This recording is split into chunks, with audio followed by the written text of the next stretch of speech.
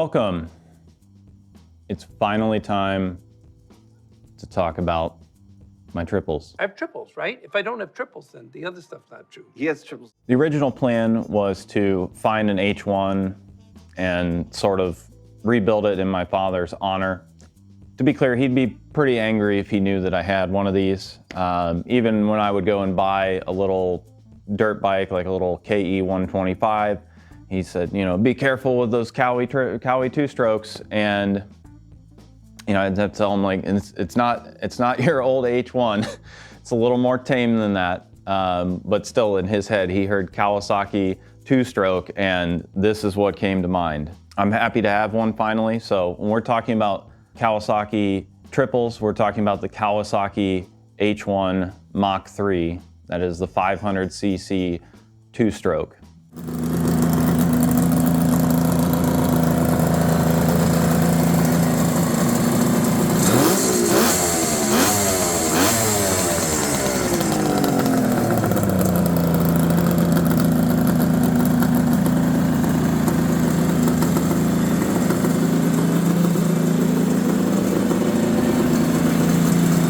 It effectively put Kawasaki on the map. And actually this model over here is more what you would have seen, the earlier style. A few weeks ago, I had a friend post up saying that he had an H1 for sale, and it was essentially just an engine block and frame and wheels.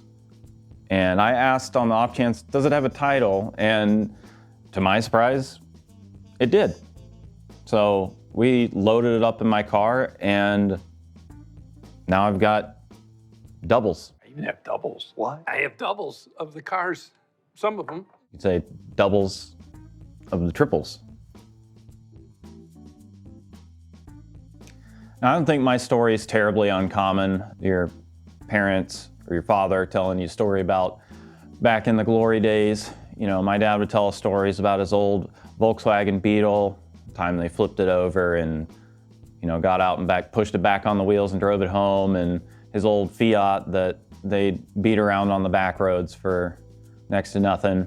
And then I'd get stories about this bike, not this exact bike. I don't know where his is, although in theory it could be. I'm close enough to that region. But we'd get stories about his old 500 Kawi two-stroke and what a beast it was. These kind of have the reputation, they're known as the Widowmaker, and I try not to use that term too much. He never used that terminology, but he told us all the ways that it was out to get you and maybe a little untoward towards novice riders. You know, kind of built a legend in my head. He owned this H1 when he was living in the Appalachian Hills of Southeast Ohio near Athens. If you're not familiar, it's a really great place to go riding motorcycles, whether on or off-road. And you know, lots of winding hills and beautiful scenery. A great place to disrupt nature with a loud, stinky two-stroke. People would often come by his cabin and ask him to race, and he'd always brush them off because he was pretty confident that the H1 was, you know, the fastest bike out there. And well, street racing doesn't usually end in anything other than a trouble anyway. But one day he went out and raced a Z1 or the Kawasaki 900, came over a hill, somehow bent the shifter all the way back. Truck was coming down the middle of the road there and managed to escape unharmed. But again, I've just got this plethora of tall tales about, you know, the elusive H1 500 here. So not just for hooning, these things could also rack up the miles. They tested them in all sorts of conditions in the summer, in the winter, in the mountains, in the desert. And we proceeded to run the bike as hard as you could run, and the thing was to every day put a minimum of 100 miles or more, and we'd go up from Nevada to St. George, Utah, and then the next day to change the monotony, we'd go from Las Vegas to Tonopah, Nevada, which is uphill. And then coming back down, it was downhill. And I remember one night, it started snowing, and it was colder than hell, and all the Japanese had to pick me up and put me on the motorcycle because I had so many clothes on I couldn't throw my leg across it. You know, you could take him just about anywhere, provided you had a gas pump nearby. You know, Dad would take his bike around 135 miles, you know, each way in November, riding between school and home. And, you know, it was less about the H1 and more about how my grandpa had to pry his fingers off the bar. But these are pretty well capable bikes for two-strokes. So all the story I've shared here, the idea really is to get these bikes up and running and then do a tribute ride from Athens, Ohio to my grandparents' old house near Dayton, and sort of relive what it was like for my father to rip around and commute on, you know, these old two-stroke monsters. I was always told not to ride motorcycles when I was a kid, and as you can see, I'm a pretty good listener. You know, the H1 wasn't the reason I was told not to ride motorcycles, but I figured if I did start to ride someday that time was right, I'd have one. I'm really looking forward to having these bikes put back together so I can experience kind of the vigor and the excitement and the smell and the rumble that my dad did. And he's not here, but I can hopefully have a shared experience still. For the record, the H1 is not the reason that my dad quit riding, or really, like I said, the reason that I was told not to ride. I mean, you know, maybe in part. Unfortunately, the thing that got my dad in the end wasn't motorcycles. It was the American healthcare system. I don't want this video to be a history lesson exactly, but I think it is important that we talk about the differences between the bikes to the left and the right of me, both of which are Kawasaki H1s. So the bike to the left of me is a 1972 H1C, and the bike to the right of me is a 1974 H1E. Early H1s are designated simply as the H1. They have scalloped tanks, drum brakes, and came in midnight white for 1969. 1970 gave us peacock gray and red. CDI ignition providing the thunder and lightning. The H1A for 1971 dropped the scallop tank and came in blue. There are other differences, but again, I'm not trying to make this a whole history lesson. The H1B and H1C were both produced for the year 1972 with minute differences. Both came in pearl candy orange. The H1B had points ignition. The H1C had the early type CDI. The H1B had painted fenders and a disc brake up front, while the H1C kept the early style polished stainless fenders and drum brake.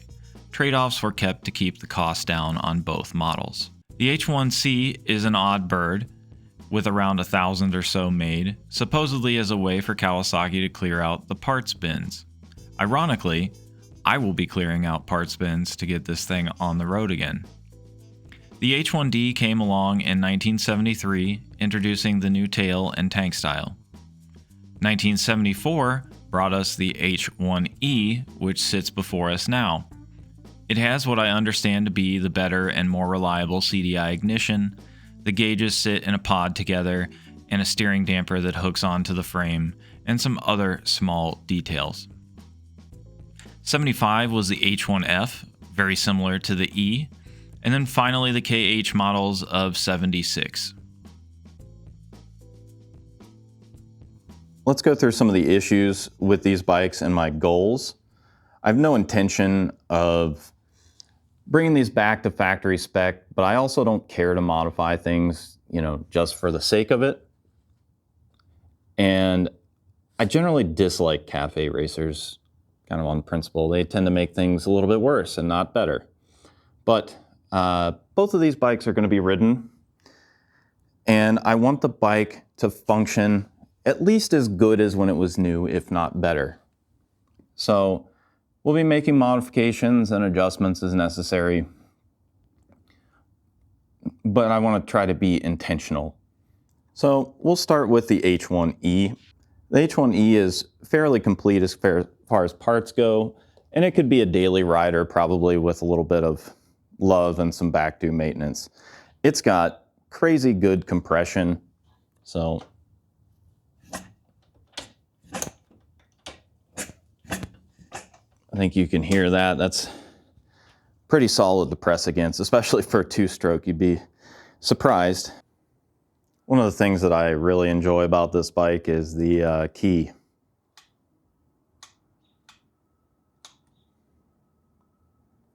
The previous owner picked this thing out of a junkyard, if you can believe it. He kick-started the bike cold for us and asked me if I wanted to test ride it. And you can see that here. Not with as warm as it is, I might not need to turn the enricher on.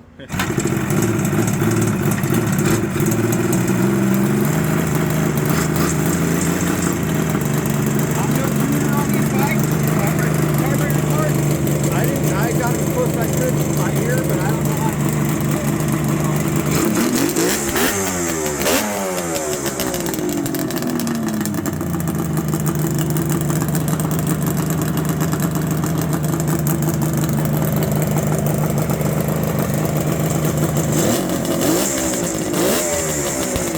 Feel how much it vibrates. Rev it a little.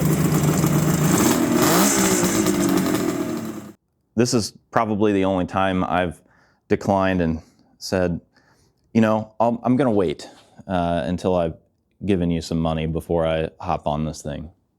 Now the tank and the tail look to be in pretty good shape. When you get a little closer, it's apparent that the paint is, you know, of questionable quality. You know, it's a good rider, runner paint job. I think the side covers in chrome are really cool, but I've got a deposit out for BD Cycles to do no expense spared paint job on this bike and do it right. Something else that I had found out the hard way is that this tank leaks and it's been bondoed poorly. So when you fill it up much at all, it just leaks all over the place. And as you can imagine, that's not great. And like I said, it, you know, runs and rides, but there's all sorts of things that aren't quite right. When we do the paint, I've got to be really careful that we don't end up with something that's kind of awful taste, but great execution, if you will. The painter is very good, but I am not a graphic design master. So I'm going to want to be very careful and choosy, but I don't really want to go for stock because that's, I don't know, that's boring. And it's not going to be a one-for-one stock restoration anyway. We'll replace this taillight as well. You know, it's, I don't know what it's from. I assume from a scooter or something, but you know, it actually kind of works okay in that spot. You start getting close. There's some interesting things, like the wheel almost fell off on me when I test rode it. You know, on the note of the wheels, some of you may have noticed that these aren't stock Kawasaki wheels. And these are Lester mag wheels. Now, Lester mags aren't actually magnesium. They are aluminum, but they're pretty cool, and I'm going to have to keep those. The front wheel, I think, is interchangeable on the H1, the H2, and the Z1, maybe another couple other bikes, but the rear wheel H1 is pretty rare, so pretty lucky to have that. And like I said, when I saw this bike online and the guy said he got it in a junkyard, I'm like, are you sure you got it in a junkyard? Now, when I test rode this bike, I can say it lived up to the, you know, sort of H1 Widowmaker Death Trap moniker, but it's not because of the H1 itself as much as it is the brakes. You know, this does not hold brake pressure except for when it feels like it. You can see there it's going down. I think the piston's bad in there would be my guess. And found out too, and you know, this is why, especially if it's not your bike or you didn't build it, you check real close, because there was more fork oil on that brake rotor than probably in the forks themselves. So naturally, it did not stop very well. We will be upgrading the brakes, and I've got this nice new old stock set of Brembos that should have an adapter coming from Japan for, and we can run a 320 millimeter disc on the front. Not sure if I'm going to run dual disc on this or split the discs between these two bikes, but either way, we'll have modern stopping power for this beast. Yeah, so these are, as far as I can tell, original Denkos, but they've seen better days. And I think they're repairable, for the record.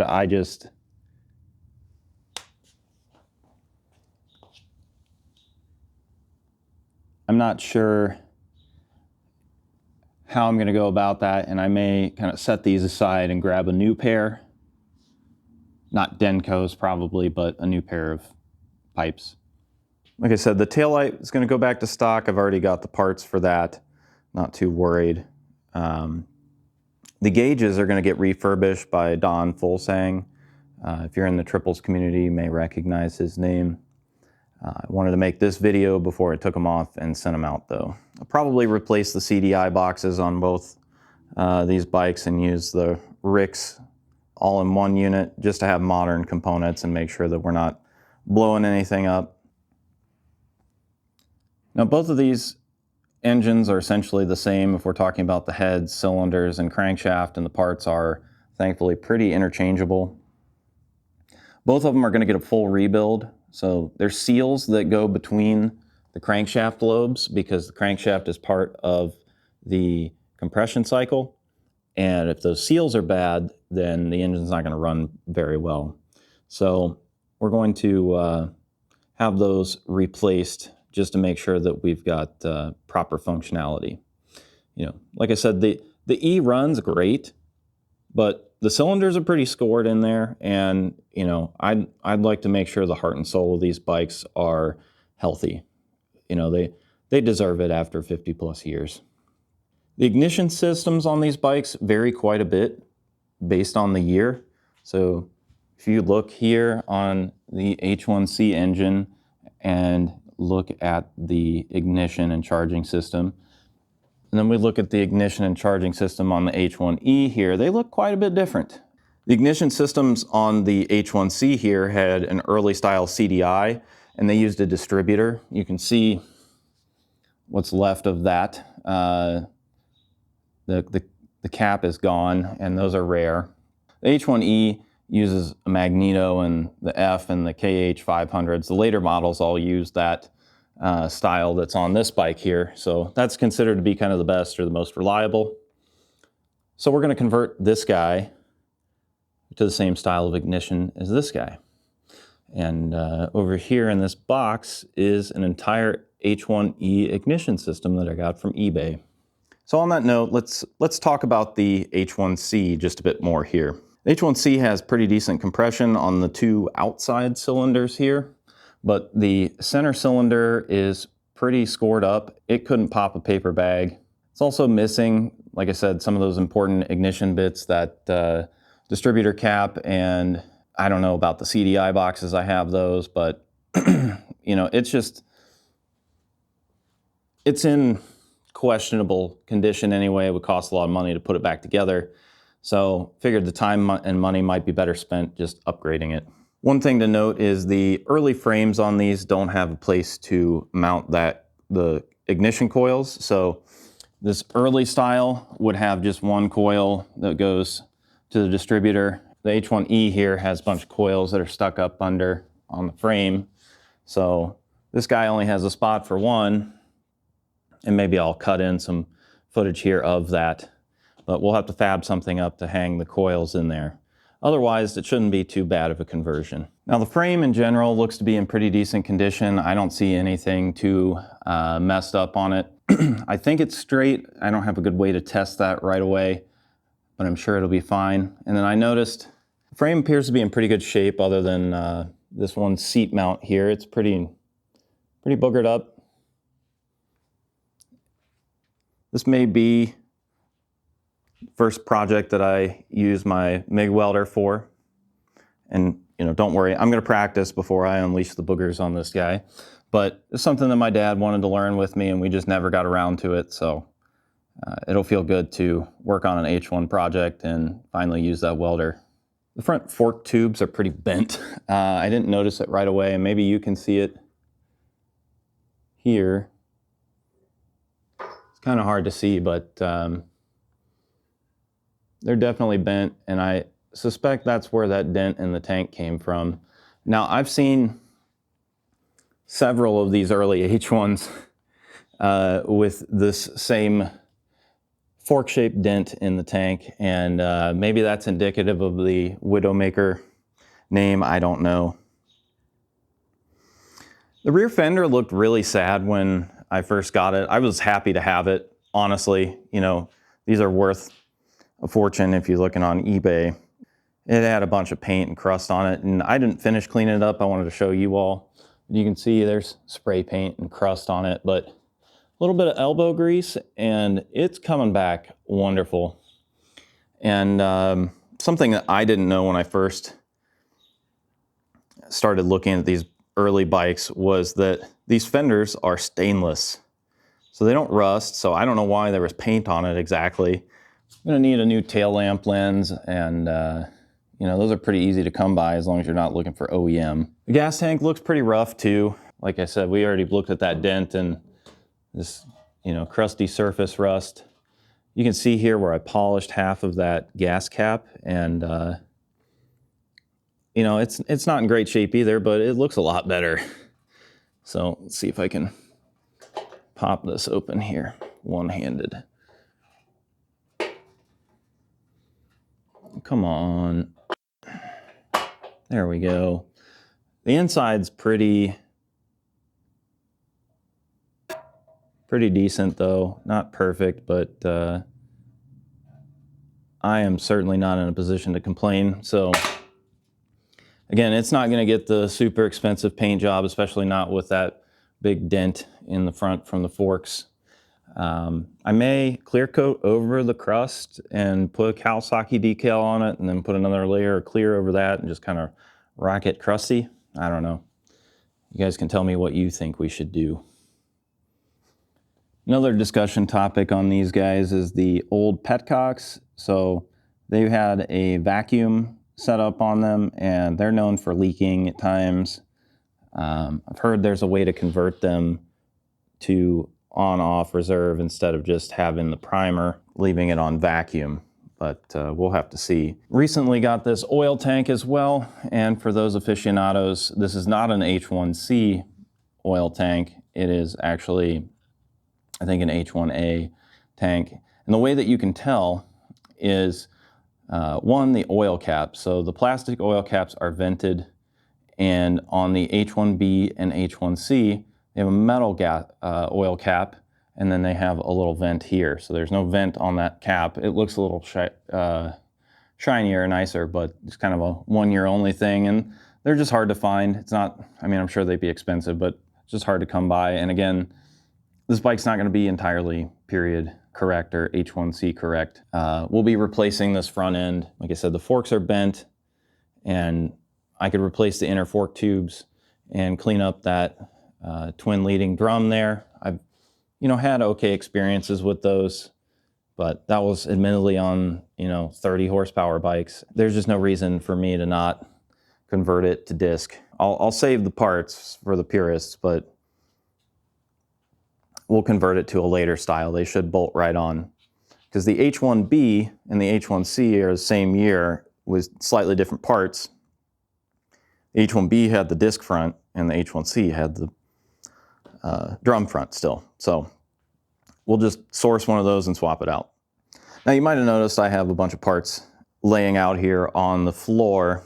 I got an opportunity to sift through some parts from a Kawasaki dealer that had closed, and I found some NOS early H1 style fenders. So these are stainless, and presumably one could go on this bike, but if I convert the front to disc, then that's not going to be a good swap.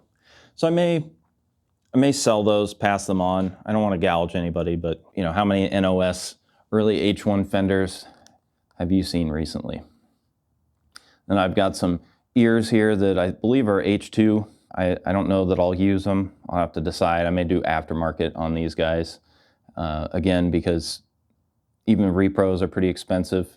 Again, I may pass those along to somebody who's, doing a restoration. Got that early stator cover, which I can't use because I'm going to be converting that to the later stator. Found an NOS gauge for an H1D. And I have the rubber that goes over here. I just was kind of getting it unfolded with some light heat.